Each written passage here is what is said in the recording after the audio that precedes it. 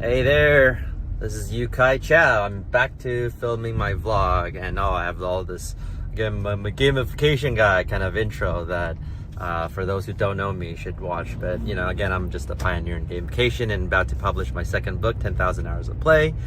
And I'm not at 100% sure why I'm starting to vlog. I mean, it could be related to promoting my second book, 10,000 Hours of Play. First book sold 100,000 copies, good to throw out there. But I don't even think this is the best way to promote a second book, Maybe because I watched a Gary Vaynerchuk video about, make a video every day, in every platform, just do it. And it's not about it's about everything. So maybe that inspired me. Or, just wanted to express myself or just be more out there. I do think building a personal brand is very important. I did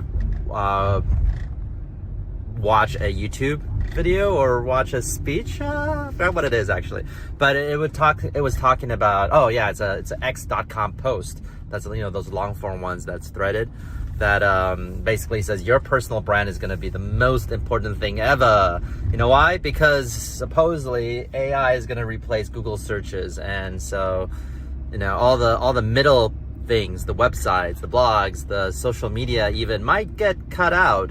So the only thing is that people need to remember you, and they need to search for you to have a say and some kind of business. Wow, that car was a little bit too close. It literally went through my line for 6 inches or something, and 6 inches is pretty big, right?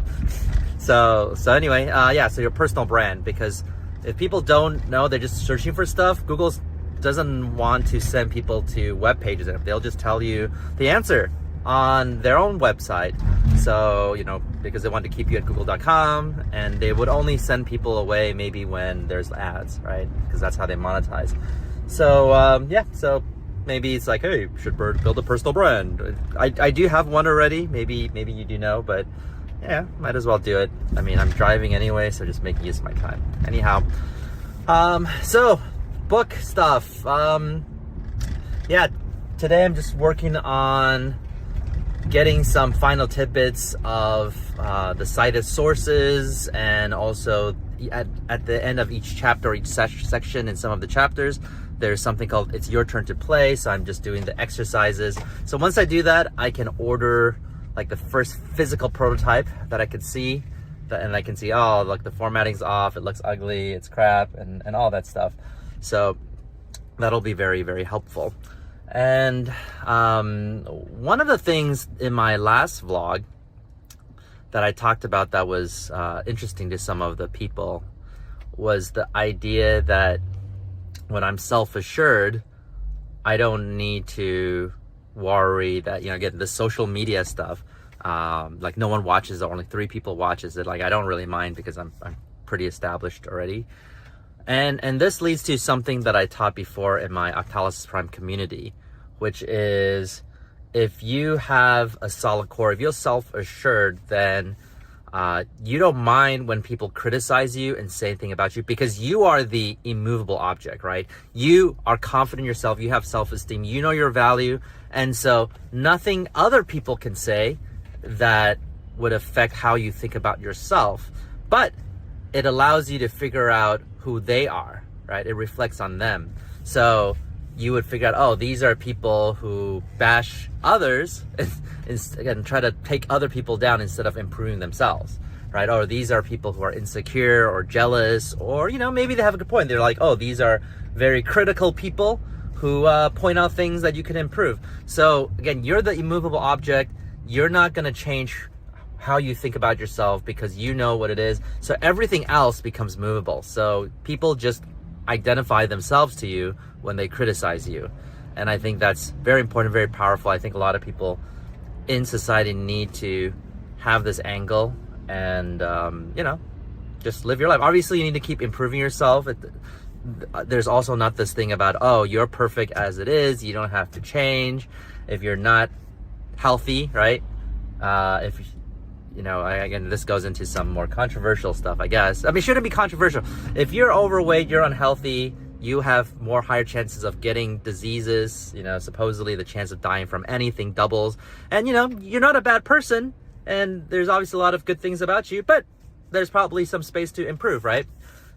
We should always keep improve ourselves, and learn more things. If you can, eat healthily, exercise a bit more, spend more time with family and relationships, things like that. I think, again, that shouldn't be controversial. I totally support the idea that some people need emotional encouragement. You need to pump them up. And so not every moment is the moment to just say, hey, yeah, you don't look good, right? When someone says, hey, do I look fat? You don't always just say, yeah, you look fat, right? You're like, hey, you look fine, it's good, don't worry about it. Or if they failed on a test, you don't say, hey, yeah, that's a really easy test. I can't believe you failed it, right? You say something like, oh, well, I'm sure next time you'll do well, and this one was trickier, blah, blah, blah. Like maybe it's not 100% true, but it's encouraging them. I think there's a lot of value encouraging people and motivating them. But I think if you turn that into a whole literature, a movement about something that is delusional, that is not true, I think it just reinforces negative behavior, and it just puts them in a worse state, right? If they're failing and you tell them this is successful, then they're just gonna fail even more because they don't even recognize it's failing. And then one day they will realize, whoa, I am like the ultimate loser. I failed to the point where I cannot climb back out of this anymore, right? Because, sooner or later reality hits you. So I think small moments, encouraging people was good, when they need it the most, right? When they're at the emotional down period, but consistent, you could say motivation that is not necessarily true, does not, and again, there's another thing. Some of them are not completely true, but it at least motivates the right desired behavior, right? If you say, if you believe in it, you can accomplish anything. If you work hard, you can accomplish anything. And that's obviously not literally true, like 100% true. There are things that you cannot accomplish, or at least a very, very, so there are things that are very, very, very low probability in accomplishing. But then there are things that are literally impossible for you to accomplish. I can tell you right now, it is physically impossible for me to be an Olympic gymnastics gold medalist, let's say, right? It's impossible. I'm almost 40. I have not trained in this direction at all. And let's say it's even more impossible for me to win a gold medal, be a gold medalist of that for a country that I don't belong to, maybe in the women's division, right? That's just impossible. It doesn't matter how hard I work. It's like, all right. So you can also argue that you can argue that, oh well, I can like immigrate to a new country, which means, oh, if I make enough money, I can spend it and I can get a citizenship there. And then, depending on the regulations and all that stuff, maybe I can do a sex change, or even like do a sex change into the competition only, and that's it, because some people apparently do stuff like that. But obviously, even if that is all true, I'm just not qualified to be the gold Olympics, right, in athletics. But there are things that you say that you motivate them. They're working harder. They're not accepting failure as like the most amazing thing, but they feel like failure is okay. But then they work hard. So I think those are fine, right?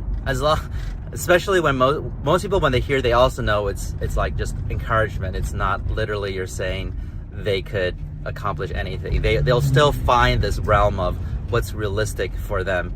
It's just as long as they work on it. Now, also keep in mind, I do believe that there are more things that people can accomplish than they imagine. Like, let's say someone wants to become an astronaut, right? And they are in their 30s, and they are, not doing anything related to being an astronaut, right? It would seem like it's impossible, but once that's your goal, that's your plan, according to the 10,000 hours of play ethos, there are ways to get there with the 6 steps. Or let's say your game is to become an astronaut, right? And so then you look at your attributes. Maybe you're good at blogging, which again mostly has nothing to do with being an astronaut, and journaling. Let's say that, right? Let's just say that. Most people think, oh well, that doesn't do anything. And then let's say your role is you can choose your strategy. Your role is a blogger, and so here's what you can do.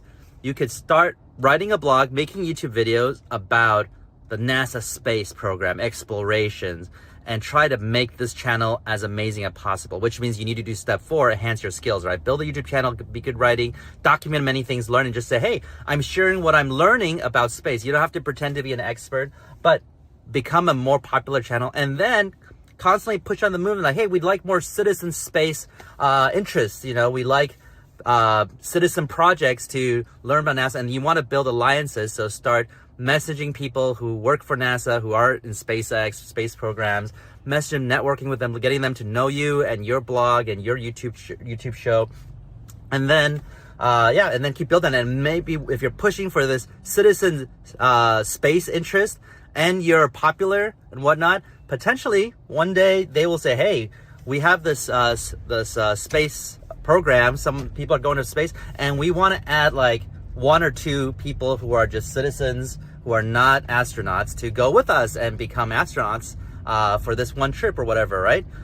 Now, is it likely? No, it's not. I don't know how likely it is. It's definitely not guaranteed. But before, something was seemingly impossible, right? Now there's a path. Now there's a way to play your game, your 10,000 hours of play game, right? And even if you don't succeed, again, I assume you have this goal because you're passionate about space and, you know, being an astronaut, all that stuff, right? You would still have learned a lot of things you're interested in. You have built a brand. People would have respected you. You would have connected with many people, maybe your heroes in the space race. So even if you don't become an astronaut and go to space, I think that's still very, very successful. That's what a theme I constantly say. Just by playing the game, you are winning, right? Just like Super Mario, like in the original NES. I know a lot of people who have fond memories of playing it, but very few people actually beat the game. And no one says, oh, I didn't beat the game, I failed, so it was miserable, I regret playing. No, you would only regret it if you didn't get to play it, right? So, and you knew what you were missing out on. So this is what we want with 10,000 hours of play, which is we have a goal, we have a game, then we figure out what our attributes, what our talents are. So we can, and that with that we choose the role in the game, and then once we know our role, we enhance the skills to become the highest possible player with that role on your Earth server.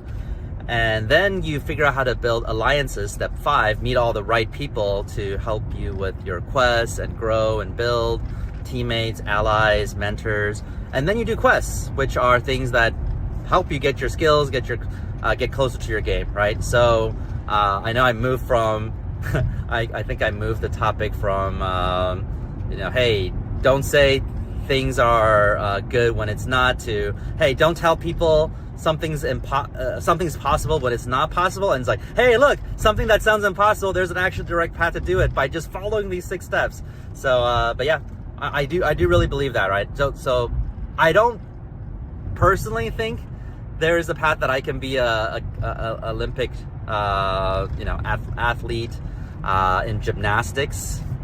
I don't think there is a role, but if that was my passion, that was my game, even today I could probably take on quests and a role to support these athletes, to be close to them, be on backstage, be a sponsor or funder, to help them train or something, or implement gamification in their training regimen. I can contribute to that game, but I don't think I could have the role of being the actual competitor. So, but it's just because I started late. We're late in the game, and I didn't invest the right points. If I was, let's say, 12 years old, and that was my goal, yeah, maybe I do have a chance. My attributes probably will still not support it compared to other people with the right attributes. I think usually they have to be more nimble, and most of them have smaller bones, lighter weight, more nimble. I don't have that, but potentially I could train for that. The key thing, today's lesson, I guess, we're gonna wrap up, I think. So there's so much to talk about. Today's lesson is really about understanding what your goals are, understanding what's realistic, what's not, and creating a path there. And no matter what, don't let people hurt your self-esteem. You need to keep improving, but don't let anyone feel like you're not worthy of playing the game. You are a bad person. You just have, you could only be the right person playing the wrong game, right? You can't be the wrong person because you are yourself. And so once you find the right game, then you're the right person playing the right game. You're the main character. You can dominate, and whether you're successful or how successful you become is 100% up to you. Whether you do the right quest, whether you find the right allies, whether you improve the right skills, right? It's just put time into it, you know. Play the game. Play the game. You'll win. If you don't play the game, you won't win. It's basically straightforward. Anyway, I think that's all for today. I'll talk to you guys next time. Oh, and I'm calling this series apparently Rambling with Insights, which you can tell it's kind of like that, right? I'm just kind of rambling, jumping around different ideas. But, you know, I do also believe there's some insights that people can learn from. All right, see you later. Bye-bye.